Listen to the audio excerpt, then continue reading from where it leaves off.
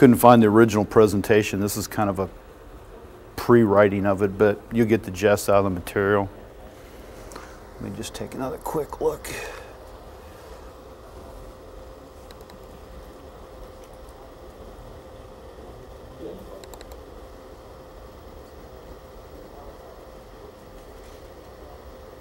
Kind of an ad hoc. This presentation was done at DEF CON 13, and I did it here about 3 or 4 weeks ago at Interzone. We have a couple pieces of code associated to this. The initial piece of, it's really simple code, and you'll see in the presentation, was released at DEF CON for the users to go ahead and do with. And there was another piece of code basically called Impersonate, which you'll see demonstrated here. That was released at Interzone. We didn't release it at DEF CON. There was a little bit of uneasiness about doing that because of possibilities of that piece of code. But we finally gave up on that and went ahead and released it. I had such a backlash on people wanting it. Then they realized how simple and small it was. They were like, oh, geez. Okay, today's presentation, the Insecure Workstation. The information provided in this presentation is for educational purposes only. I am no way responsible for any damage that is a result of the use or misuse provided in this presentation. There were originally 2 parts to this presentation. We're only going to do one. We're doing Subverting Windows Logon. The key takeaways is better understanding of desktop console vulnerabilities, protecting information assets with layered defense principles, and everything. You get some people laughing there. You typically see people say defense in-depth principles. Well, what I'm trying to do is get everyone to throw that term out and start using layered defense, and that's because I own the site layereddefense.com, and I figure push come to shove, I can at least sell the site for a couple grand down the road. Subverting desktop security for fun and entertainment. Let's skip over to help APIs. And this was a project we were working on. Basically, hey, you get a Windows logon prompt that comes up. Is there any ways for an attacker to subvert that? Whether he does it up front or whether he backdoors it, can it be done? So that's some of the stuff we were looking into doing. Credit for all the hard work. I didn't do all this myself. I had a couple friends who helped me out building this project and doing a little bit of the research involved in it. 3 rules that drove this research. I like things that are extremely simple. I don't like complex attacks and hacks. It needs to fit into my pocket, if not my head. It's something you have to be able to carry in simply in your head or on a USB stick or on a small CD. That's the type of attack I like. And you must be able to protect against it. I want the people that I'm showing this stuff to can go back to their organization and go, hey, look at this. Wow. What are we doing to protect against this type of stuff? And have some simple things that they can do to actually reduce the risk within their environment. Why, what, why, where, when, how. Basically, can Windows logon be subverted? Yes, and it's really simple. Now, why do we do this? Was it curiosity just because it's there? No, we're actually trying to create a learning experience that people can take back and actually better secure their environments when they have a true understanding of the risk and threats that are involved in some desktop security. Things that can be done. It works against XP, Windows 2003. Bob is back on the job. What that basically means is in a presentation I did at DEF CON 12, I introduced this hacker character, Bob, who basically would subvert security within his organization. Well, Bob's going to get kind of promoted in the story here, so you'll get to see that. How this attack takes place, well, there's 2 main pieces of it. There's a methodology, the attack process. So basically, we've taken some simple programmatic programs, in themselves mean nothing, built a methodology around this to deploy these, to handle these, and put them in the right place, that we could subvert Windows logon and do some other nasty things. So we're going to start out. Exploit part 1, Utility Manager. I don't know if everyone's familiar with Utility Manager. What is a Utility Manager? Utility Manager is an application that Microsoft's put on here that gives you access to things like the on-screen keyboard. They give you the magnifier and the the audio part that reads the text stuff that you click on. It's usually tools that have been put on here for people that have certain handicaps. Okay, let's take a look. I want to take a look at what Microsoft says about their Utility Manager. Basically, Utility Manager enables users to check an accessibility program status, start and stop accessibility programs. So basically, it's an application that you use to start and stop other applications. Simple as that. So where it starts breaking down at, Microsoft's nice enough to tell us that, users can also start accessibility programs before logging onto the computer by pressing the Windows logo key and the U on the welcome screen. So basically, Windows has given us an application that we can use to start and stop other applications prior to ever logging onto the box. So why is this such a problem? Well, when you log onto the box and you start Windows Utility Manager up, it starts running under your credentials. But if you're not logged onto the box and you do it, it runs under System. So Microsoft's given us an application that we can start and stop other applications on the box at system level without ever logging on. So I think you're starting to see how the security is breaking down here real quick. The exploit part 2, the logon screen. To get an understanding of this architecture and how we could get this to work, let's step back here real quick.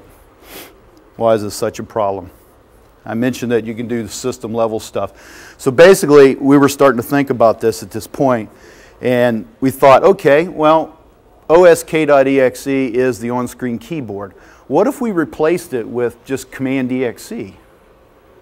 Just go ahead and rename cmd.exe, osk.exe, and drop it in there, what would happen? So we did that. Windows U, and clicked on the osk.exe, the on-screen keyboard, and it looked like nothing happened. But we looked into the system and we found out Command-exe did execute and was running on the system at system level. We did not get any security errors or anything kicked back from Microsoft. The problem was it was running in a non-interactive mode. It was actually running like a service in the background. So that brings us to the next part. Why was it doing that, and how do we fix that problem? User interface objects are managed using Windows stations and desktops. Basically, Windows stations come in 2 flavors, interactive and non-interactive Windows station. And in a program, to define an interactive station, something that the user can interface with on a desktop, you have to define it with an application to run under Windows 0. That is the only interactive functionality. Second, Windows has multiple desktop environments. When you're on your box, you've logged in and you're working in what's known as the default desktop. That means if an application kicks off a process, it can be defined as Windows 0 default desktop. That means run this interactively on the user's default desktop. Screensaver is another desktop. We haven't really done anything with that, but the WinLogon is a separate desktop.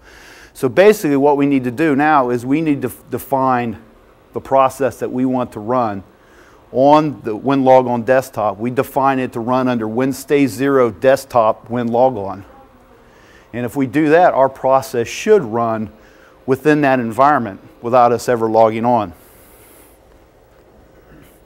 So that came to the third part. Okay, now we need to build the code for that. The code in itself poses no security issues. Basically, we're just setting a create process thread to run under the WinLogon desktop using Windows 0, the interactive desktop.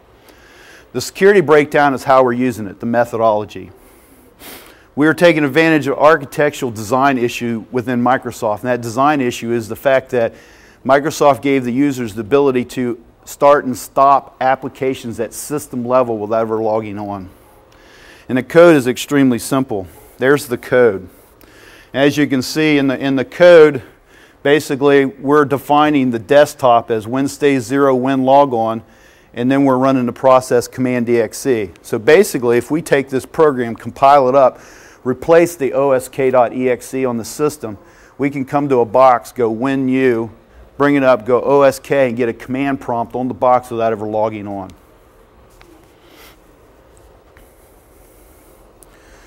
So come to the final part of this. How do we get the code on the box, the delivery method? Now, we looked at several different methods. If you have admin access, you can replace the OSK. There's ways of doing it. Hey, you're already admin access. Who really cares at this point? API vulnerabilities, you can use existing. That was in the first part of the presentation that I'd done down there. You can use API call vulnerabilities where you can escalate your rights to system level, and at that point you can go ahead and change the files, but you're already at system level, so there's nothing gained there.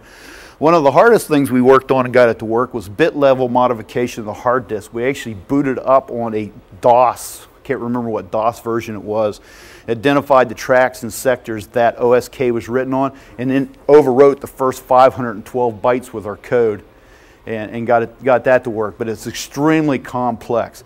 The easiest thing to do is a maintenance boot disk, Windows PE or a BART PE disk, simple enough. So what we did was I took a BART PE disk, set it up, modified everything on it, so you walk in there, you slap that into the CD-ROM, boot off of it. When it boots up and done booting, you pull the disk off, shut the power off, walk away.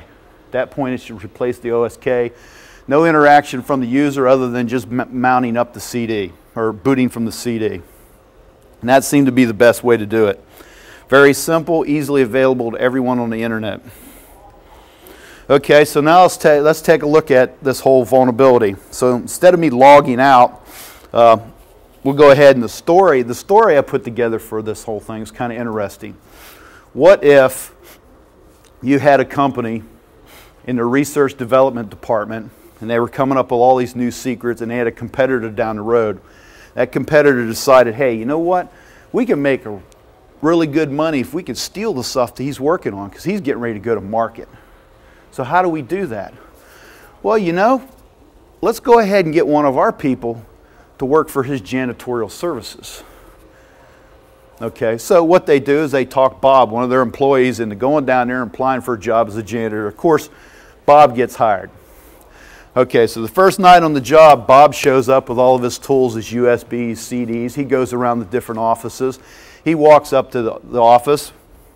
Let's say he walks up to John's office. He slaps, John happens to be the manager of the research and development team. He slaps the CD in there, boots off the box, shuts it off, walks out, goes and does his job, does his cleaning. John comes in the next day, logs on to this machine, does his work throughout the day, and when John's done, what's John do? He either walks away from his box and the screensaver locks the box, or he locks it himself.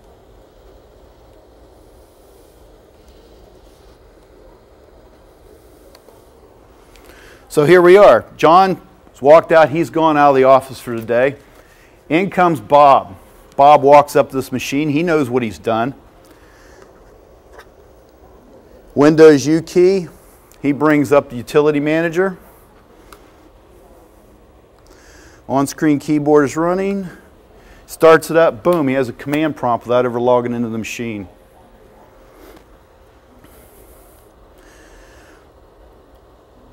Now from here, there's a lot of things Bob can do.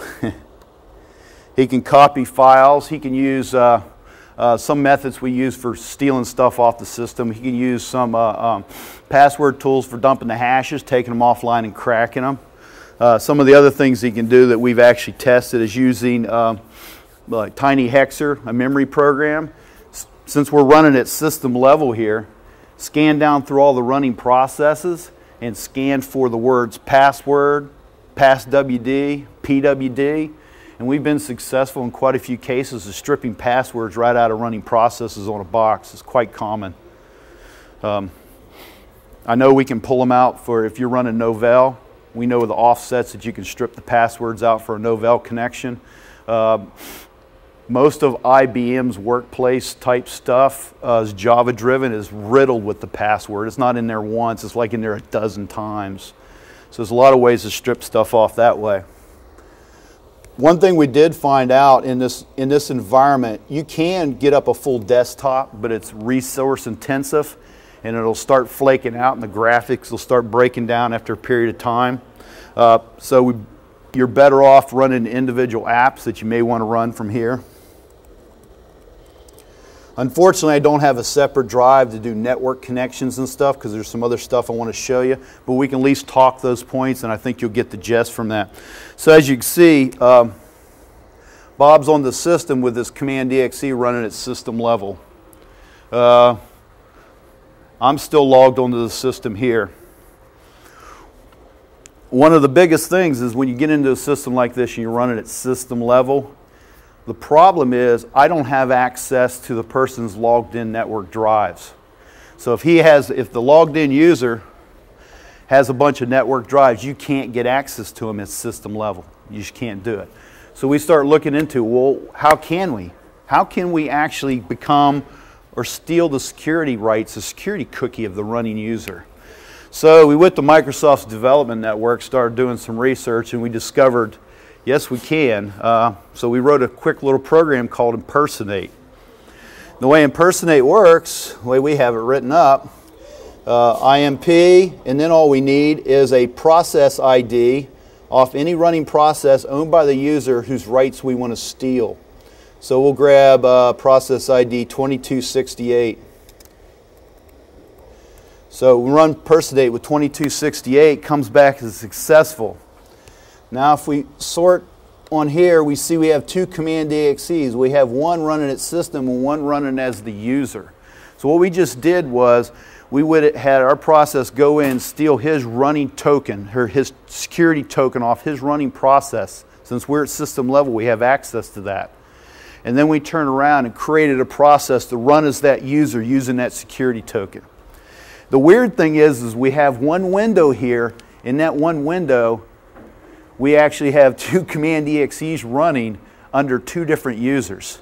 And we found out if I would go ahead and type in a command right now, it would run as system. And the screen would still look like it's the same one, but if I type in another command, it would run as the user's token we stole. So we found out the best way to handle that is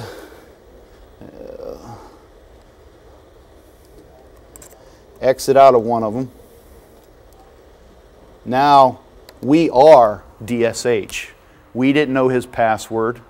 We pulled his security token off a running process and we actually degraded our rights down to the running user. Instantly, if that user had any mapped drives, we just gained access to all of his network resources. If we wanted to, we could actually map new drives as that user to any other systems that he has rights to.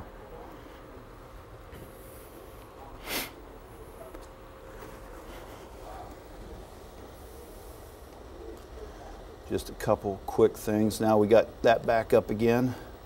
Let's go ahead and shut this down just so you can see it.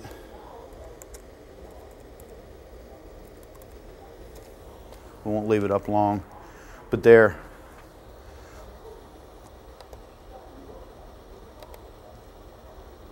There's a full desktop without even logging on. There's still the log on there. So now if we'd log back in, just so you can see the multiple desktop environment that it does exist, there's that desktop, and if we do Control-Alt-Delete, it switches us back to the other desktop. Cancel back to the other desktop. So you can see it's a multiple desktop environment. One, we've gained access by bypassing the WinLogon desktop, we've got access. Now we can also impersonate any running users that are logged onto that system by stealing their security token and grabbing access to any of their network resources.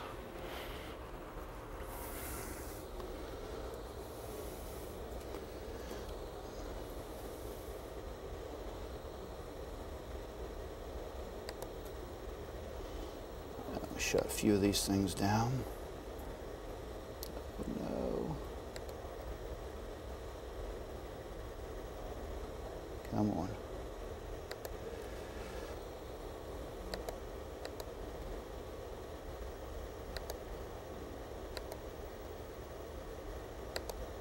Get rid of that desktop.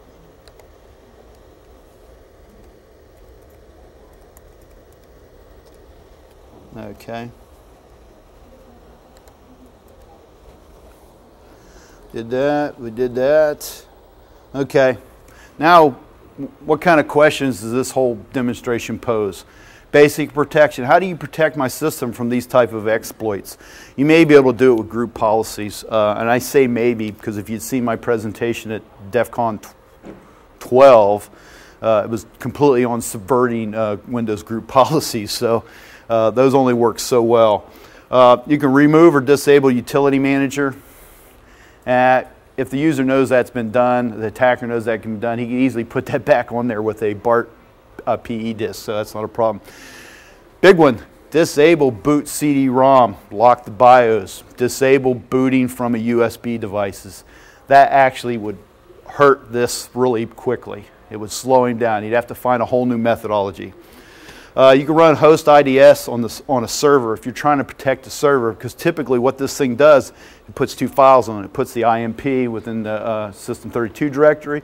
It replaces the osk.exe. So typically a good host-based IDS on a server will protect you. Also, this attack works, at least the OSK part, works against remote desktop. So if you put this onto a box, you can go in with remote desktop and get a command prompt up and if you go against the server, you don't have limitations with Explorer. You can bring up the full desktop without running out any resources. So you can basically do this to a server or anything that has remote desktop, remote into this box, Windows U, get a command prompt up, launch Explorer, have a full desktop that you can do anything you want with for a certain period of time. Because you've never actually logged in with remote desktop, it will time out and shut down the screen. No, they'll never know you're on there, and nothing's ever logged because you never log onto the machine. That's one of the things we notice. You know, it's like, hey, you know, typically you have a logon. You know, it shows the person logging on within the logs. You've never logged on. There's nothing in the logs. Now, if you turn on logging with enough intensity, you'd probably catch maybe applications starting and stopping if you have that capability. But it's going to be starting and stopping by system. The impersonation we have not written to work with remote desktop. There's some different issues with a remote desktop console versus a standard console. This code could easily be rewritten. The impersonation can. I think if we define in the create process as user the function to create a console, because by that we're just accepting the default console, but remote desktop, if you set the create process as user and set the console to open up, a new console to be created, you'd probably get it to work. So how do you prevent backdoors by, an example, employees? I mean, you start out with policies. Obviously, you want to set policies within your environment to protect yourself. Separation of duties. And when I say separation of duties, you think about this. If you had an employee who wanted to backdoor every machine in the corporation, how would he do it? I don't know. Where do you store your base images at? What if it happens to be the guy that does the base images? Do you have any checks and balances there? I mean, some organizations, they have one guy. He builds the base images. No one ever else looks at them. He builds them and they deploy them. So what if he built them and deployed osk.exe hack in there? What if he deployed some other kind of backdoor? You know, these are things you need to talk about. Separation of duties is checks and balances. You know, this person decides this is what we're going to do for a base image. This person verifies it. You have some kind of testing done to this thing prior to being deployed. And you also store those in a secure place. If you store a standard base image on the network somewhere where everyone can get access to, who's going to stop someone from replacing that with some kind of rooted code base image? Application system verification testing before deployment, obviously in reference to separation duties and the base images that you deploy in your organization. How do you prevent non-employees access? Let's think about this. Who is the maintenance man? And what do you really know about the night janitor? I mean, every place has to be clean. Do you ever see them cleaning during the day? No, they do it in the middle of the night when there's no one there. They have access to every room except for maybe your data center. So technically, they can own your network and you'll never know it and you can't stop them.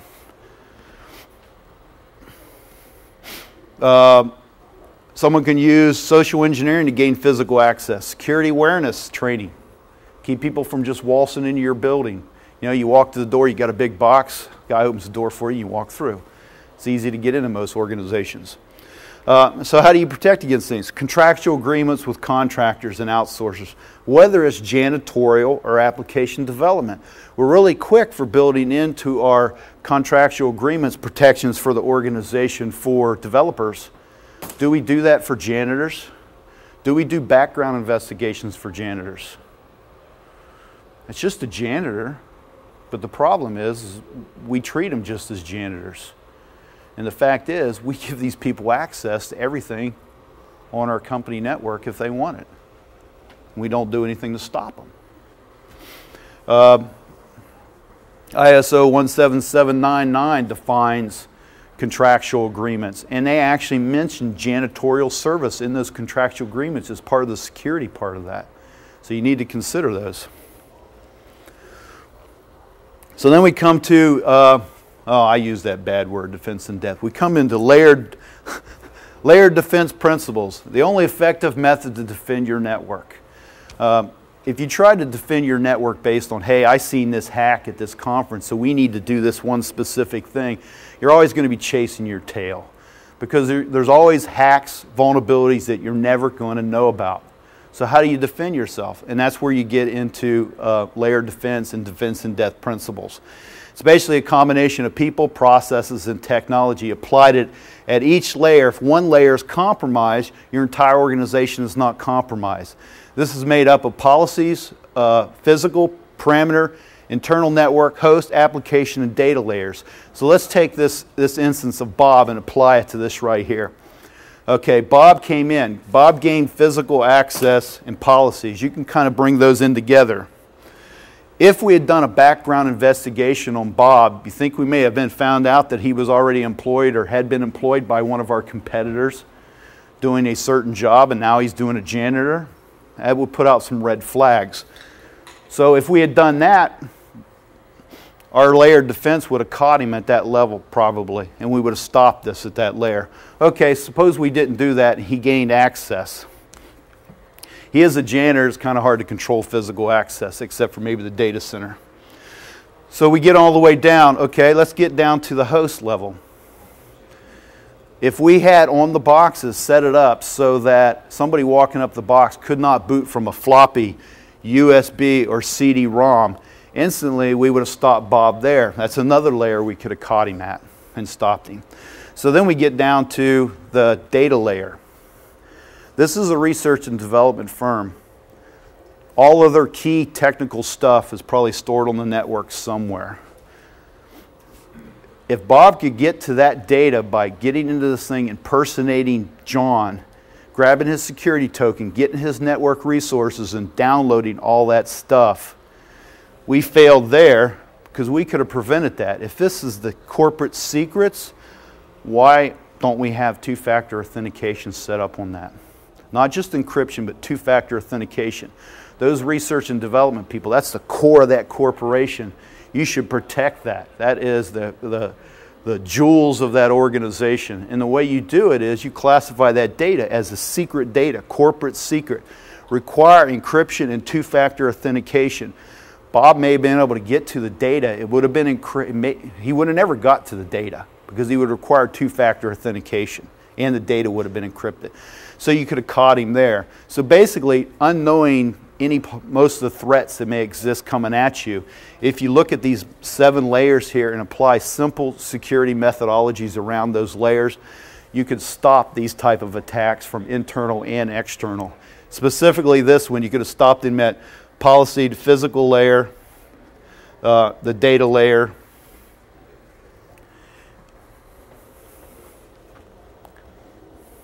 Any questions? Silence in the room. Yeah. One way to mitigate that would be to require all users just to totally log off instead of blocking their workstations. Yeah, that would be a good one, but how do you force it? Yeah, that's the thing. You can have policy like that, but you have to have the ability. That's the one thing on the one slide, and it's always a killer in any organization. You can come up with all kinds of cool policies. Well, we won't let them do this. We won't let them do that. But then it's, well, how do you enforce it? You know, if John refuses to do that every day, are you willing to fire him? If you are, then that's a good policy. You can put it in there because he'll do it or he'll get fired. But yeah, that's one way. There's all these simple ways to mitigate the risk. When I first put this whole presentation again, I think I completely logged off my box every day for about 6 months, but that eventually wore off. Because I showed it to enough people, I'm thinking, oh, these people found some way to screw me with this thing. Any other questions? Yeah? Is the osk.exe the exploitation code? Yes. We've taken that code, compiled it, and replaced the osk.exe. The cool thing is Microsoft's, I can't remember what it's called, but basically if you replace something in System 32, it'll automatically fix it. The thing is, if you come in with a PE disk or a BART PE disk, it doesn't know it's been modified. If I would go in there right now and delete my code, my osk.exe, Microsoft would replace it with the original osk.exe, the good one. It doesn't know it's been modified until it's modified, and it has to be modified in that kernel's running OS for it to know it's been modified. So if you find another way to change it, it never knows it. Any other questions? So it doesn't check the application signature or anything next time the user logs on? It No. just never notices? Nope. Nope. Nope. If you, like I said, if you would head, if you go, I didn't realize that. I thought it would recache the changed one into the cache area for restoring, like rechecking the signature and saying that's good and putting it over there. But it didn't. I found out that one day because I had that on there and I deleted it, and all at once Windows replaced it with the good one that it had in cache.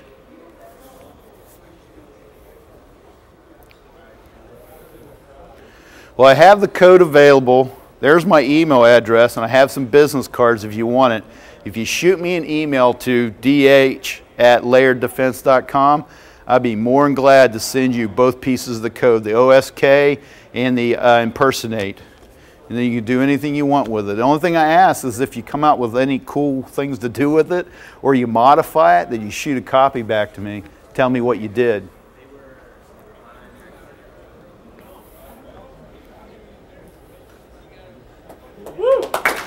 Thank you.